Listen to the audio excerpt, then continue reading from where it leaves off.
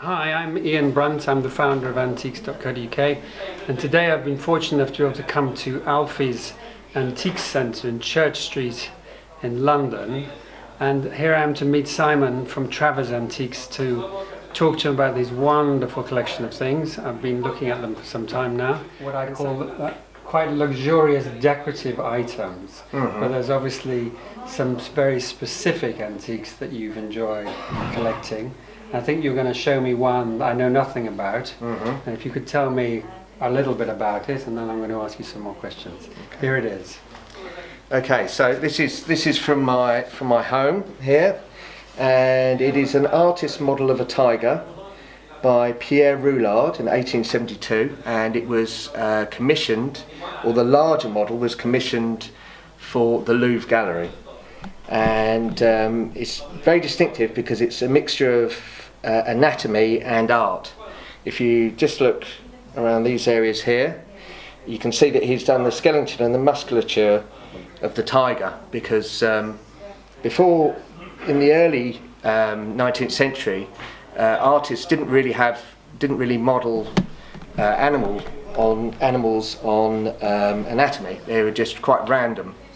And years before, when Leonardo da Vinci first did drawings of hands and anatomy, then there was a massive improvement in the way human figures are drawn. And in the 1870s, Pierre Roulard and some of his contemporaries came along and did the same for animals. And I just think it's just wonderfully aesthetic. But it has these two holes here. Is this two or four holes? I've just noticed. Is this two fixed to a wall? Or yes, it would be wall mounted. And beautifully signed here underneath. But do you think this might be a maquette or some sort of earlier study for the larger model, or is this just... I think so, yes, yeah. I've looked, a lot of his stuff was destroyed in the student revolt in the 1870s in Paris. Oh, wow. And he was quite well known in his time, but less so now. Right. He did there's one of his most famous sculpture is still outside the d'Orsay Gallery in Paris. Okay. And I believe that this would have been more monumental in size, so there would have been a bigger model made. This is a study for the Musée d'Orsay in Paris, which is one of the most famous museums in the world now. I mean, I must admit, whilst he was living, to be called roulade, he might have had a few jokes made, because obviously a roulade is also a dish. Yes, yes. Dish, but obviously this isn't a French dish. Thank you. And tell me, can you just take this? Tell me something that maybe you probably don't know the answer to, but let's say I wanted to start furnishing my house or collecting in the field that you specialize in. I mean, what would you think?